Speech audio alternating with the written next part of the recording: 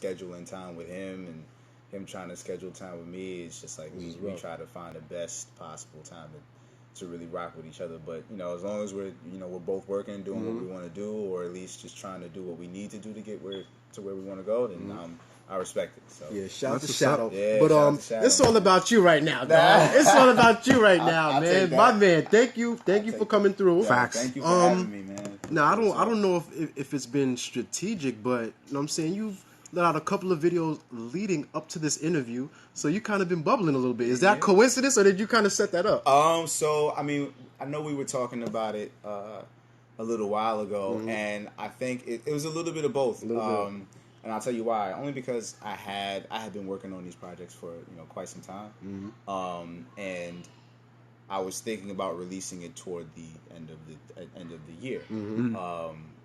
Just for what I have geared up for the end of the year. But when I saw when we spoke and we talked about me coming onto the show, I was like, oh yeah, this is perfect. Perfect. It's perfect. Might as well just Quick get it roll started out. now. Yeah. Let's do it now. Yeah. Listen, man. One of the videos that I was working on, I had complete creative control over, which is the Beautiful Mind video.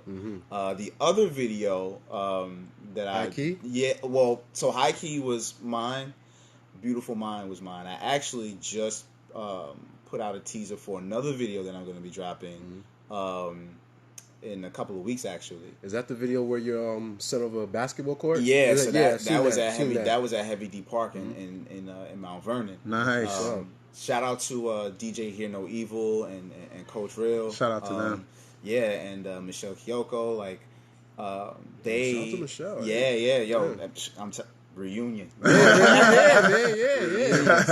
I'm still working with the same people, man. That's I've been dope. down since the beginning, but That's dope. That's how you got to do it, man. Trust. She actually asked me to participate. Well, what they were doing was is Michelle and Coach, they were putting on a show in Yonkers quite some time ago, maybe sometime like closer to like early spring, maybe even like late winter.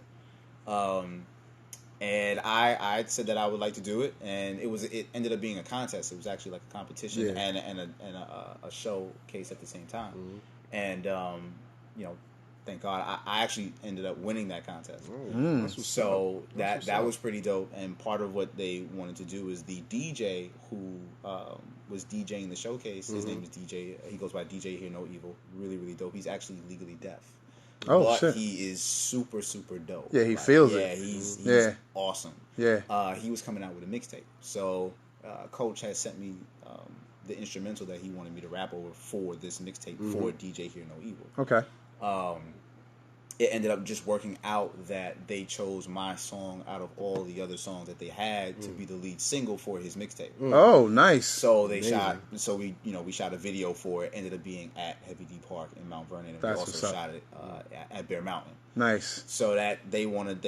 I don't know if I can say the actual date yet. Yeah. But this month it will be dropping. That's dope. Yeah, Congrats, brother. Yeah, definitely. Congrats. It was a really great experience. And Yeah, of I'm course. glad to have work with them again. Yeah, man. You are rolling, my brother. Not only do you have the music circulating as well, you are still very active in the acting realm as well. Yes. I actually have a movie right now on It's on Amazon. Yeah, it's on you have Amazon. Swipe from Real Deal Digital. Yeah. You know what I'm saying? Shout out to So Real Deal Digital.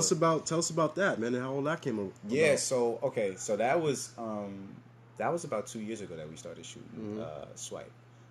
We shot it in 2017 during the summer. The entire summer we shot that. Was that primarily filmed out in the city? Yeah, I see a lot of Times Square. You guys was out there. I've seen that. Yeah, that was actually. I have a funny story about that. I'll come back to that in a minute. We ended up shooting it the entire summer of 2017, and then we actually rolled over into like some of the winter and in the spring for the next year. But what was cool about it is that the CEO, the founder, one of the co-founders of Real Deal Digital, Thomas Cooksey, shout out to Thomas.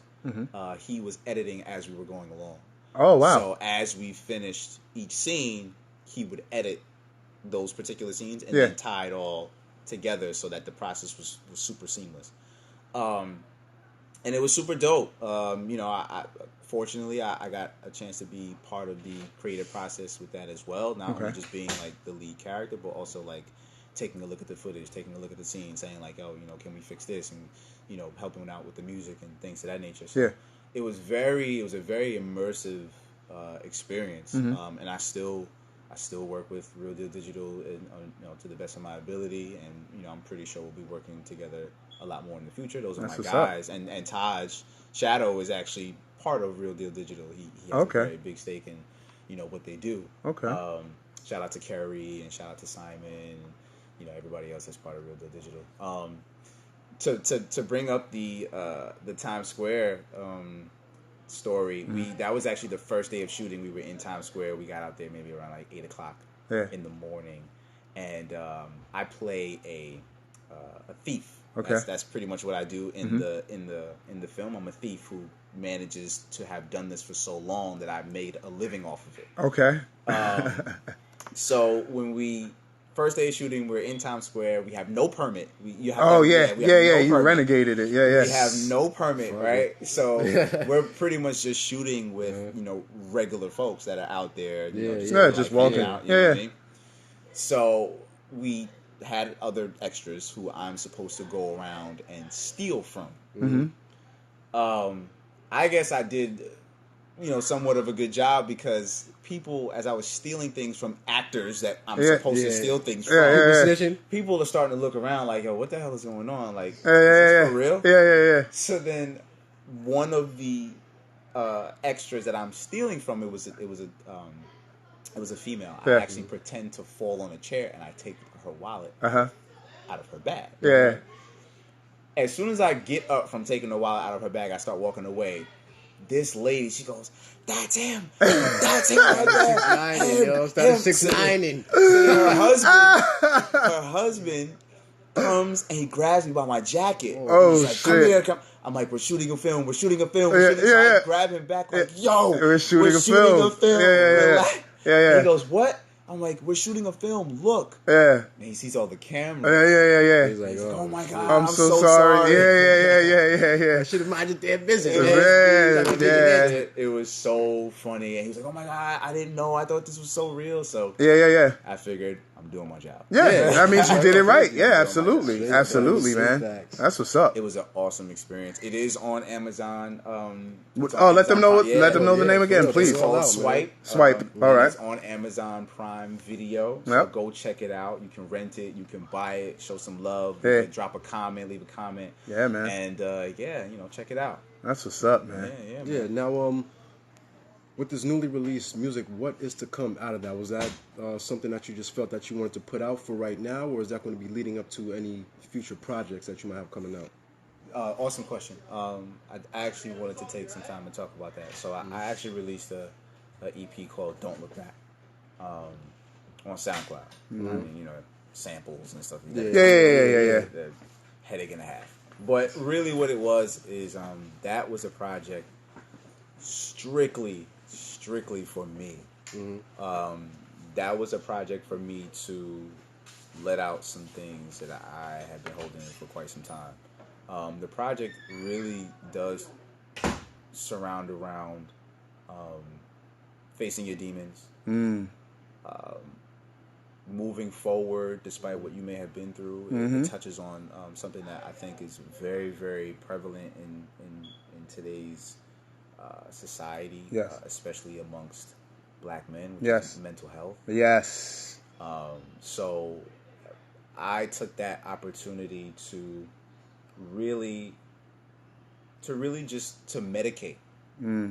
I use it as therapy. So the same is the best therapy. Yeah, man. It is. It took me some time to really get over what I was going through, and I figured one of the best ways that I could get over something and really understand and know if I'm okay is to put it in my music. In music, yeah, man. So for it was a personal thing for me. It really wasn't meant for critical acclaim or for the public. It was for me, but I figured if I was going through something like this, if I've been in a dark space like this and was able to overcome it, maybe this could help somebody out. Right? Yes, you know what I mean? Absolutely. So that's why I decided to put it out. Yeah, now, with that in mind, has there ever been any thought in your music in the past, have you withheld yourself from getting too personal, where you didn't want to really expose as much as you have with Good this question. project? Have you been holding back in the past and just trying to stay in a certain lane? I can honestly say that I have been in a space where, like, if I've created music, I'm very, very careful about what I say, the things that I talk about. If I'm super, super passionate about it, then I'm gonna just let it fly out. But there's some things that, and part of what Beautiful Mind talks about is being different, having a different vision, having a different state of mind. As creators, sometimes we don't follow, or we don't align with what may be socially acceptable, or what is socially correct, based on just what society the status quo.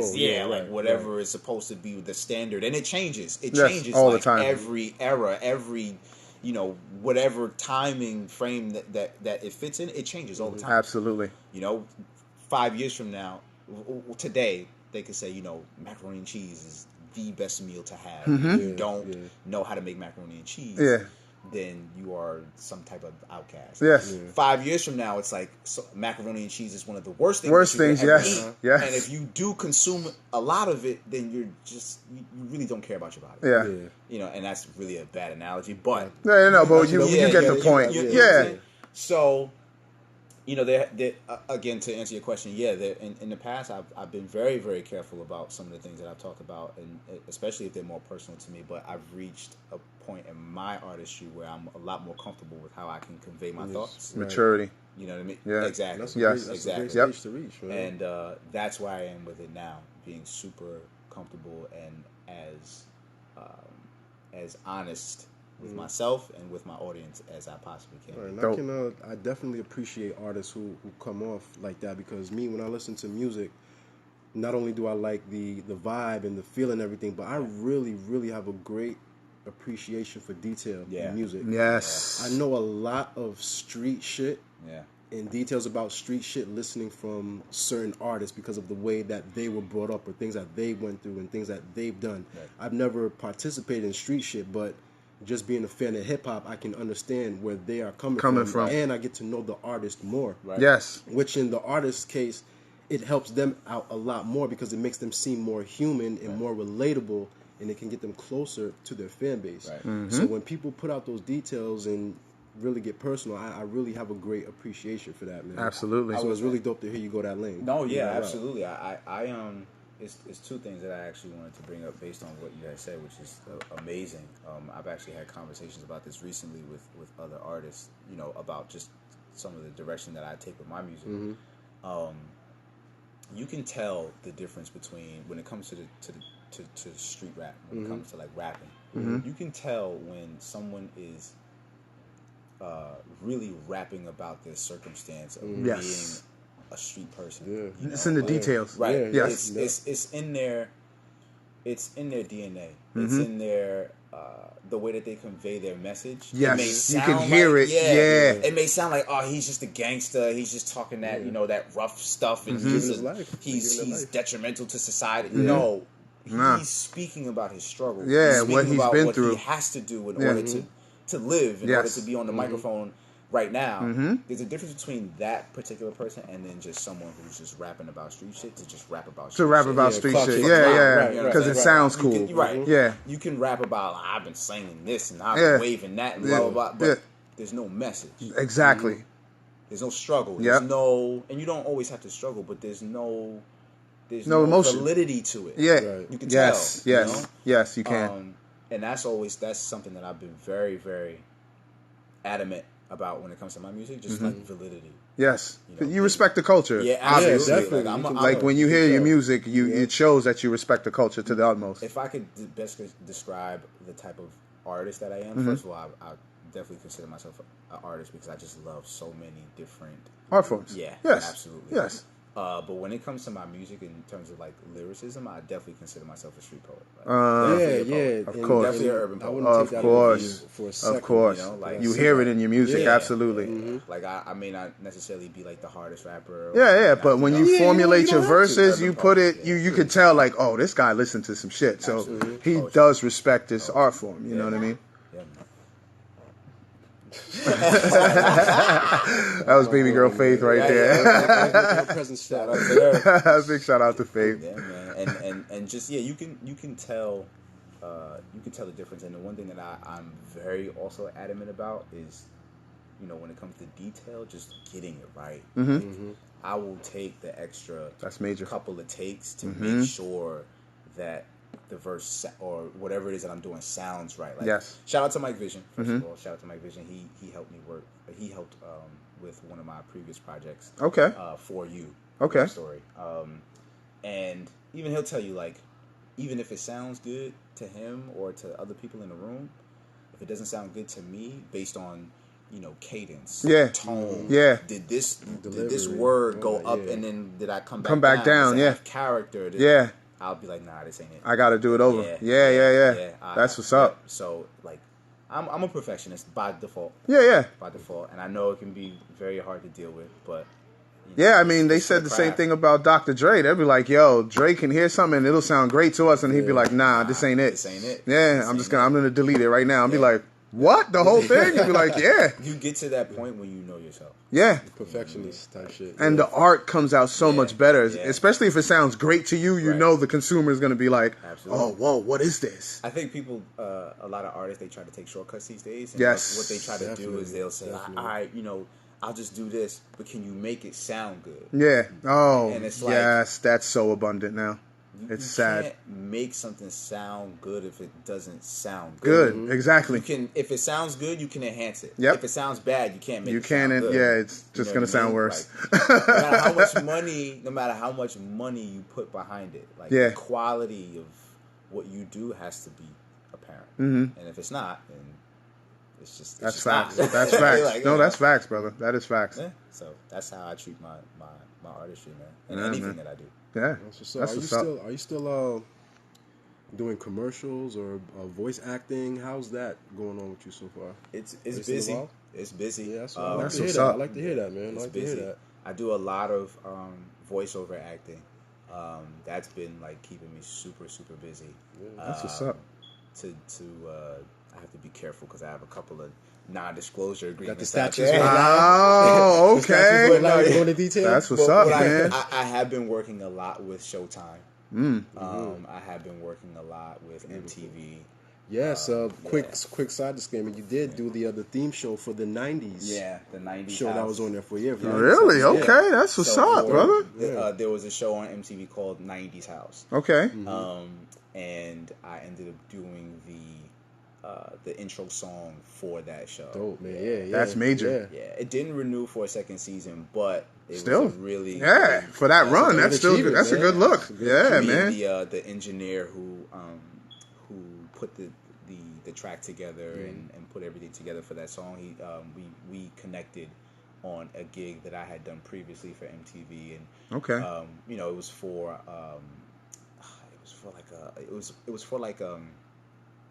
adopting pets. It was more like an initiative to adopt pets that have been astray and stuff like that. And as we were doing that, which didn't involve anything musical, we ended up talking about music. And how he produces beats and stuff like that. But he's an engineer for MTV. He licenses his music through MTV and he works with them. So we were talking about music, and I was just like, yeah, man, I rap, I do poetry and stuff like that. I make my own music. So I had sent him some stuff, and he was like, hey, man, we got this project that we're working on that we're trying to have MTV picked up. But we need a rapper who can kind of give us that 90s Will Smith kind of vibe. You think you could do that? I said, yeah, sure, no problem. So he sent over the script, and he said, yo, feel free to kind of like add some flair, add a couple of lines that you think might fit and stuff. So I ended up doing that, and they ended up using some of like the ad libs and things of that nature in the in the song. Nice. And then he's like, "Yo, man, they loved it. They picked it up." And then like maybe like amazing. a week later, That's what's the up, song bro. was on. Yeah, and you absolutely gave them everything that they asked for, man. You know what I'm saying? Like, speaking about how they had to, adapt and live in the 90s. Yeah. You spoke about the host name in the song. Like, Yeah. it was really dope, man. Yeah, man. I was really surprised. I was really happy to hear that you were doing that. Yeah, That's major moves, man. I love doing voiceover work, man. Just being able to control my voice and doing different characters and different dialects and things of that nature. Like, Quick question. yeah, sure. How did you get involved in that line of business? So, okay, long story short, I've actually been doing this since I was 10 years old. Oh. So I've been doing it for 19 years. Oh, okay. Wait, acting or voice acting? Both. Because how old were you when you started off with Chappelle Show? I don't know if you get tired of hearing that, nah. but that's classic stuff right there. Yeah. That's So- classic Yeah. stuff. So Chappelle Show, I did that when I was 12. So that was Okay. all So right, yeah, all right. I did that when I was 12. I started doing acting, voiceover acting, commercial acting, film acting when I was 10. I kind of just fell. I literally just fell into it. Yeah. I was really, really into basketball when I was young. I thought I was going to the NBA. Yeah. But We all did. Right. But we all did. But see, the difference, maybe between me and you, is Yeah. that you probably had some height. Yeah. I was all of like 3'11", 4 feet, at like 10 years old. I was Yeah. mad small. Right? Yeah. I could still ball. Like I used to ball. Yeah. I've been dealing with that ever since I was a kid. Yeah. I still ball, but so what happened was there was this I don't know if it was like this commercial that they were doing in Rockland or somewhere. I can't remember if it was in New York or if it was in New Jersey. Yeah. And a friend of my mom's, she had asked us to come and be a part of this this commercial because her kids couldn't do it or something to that. It's a little blurry for me. Yeah. Long story short, we ended up doing it. A manager had found us and said, why don't you come take some acting classes? Yeah.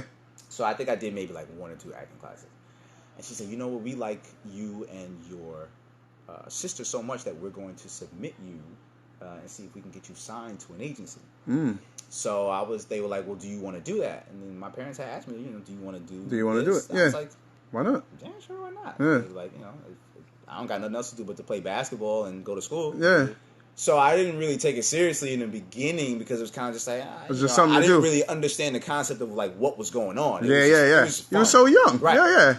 So we ended up going in, me and my sister, by ourselves into this agency. I don't remember what happened during the interview. All I know is that the agent came out with 2 contracts and said, "Please sign here." Whew. So, Oh, damn. right, Okay. right. Dope, So that happened, and from there we just started learning about the industry. We kept going on auditions. I booked my first audition that I ever went on, which was for Chuck E. Cheese. Yeah. So that kind of sparked things off. My sister, she booked a commercial, which was one of like her highest paying gigs. Yeah. It was, we became very, very busy. We did at least 3 auditions. I would say maybe we did at least 2 auditions a day. Wow. So maybe like 10 auditions a week. Wow. When we were kids, right? Yeah. So that just kept growing and growing and growing and growing. And then as we got older, we started to grow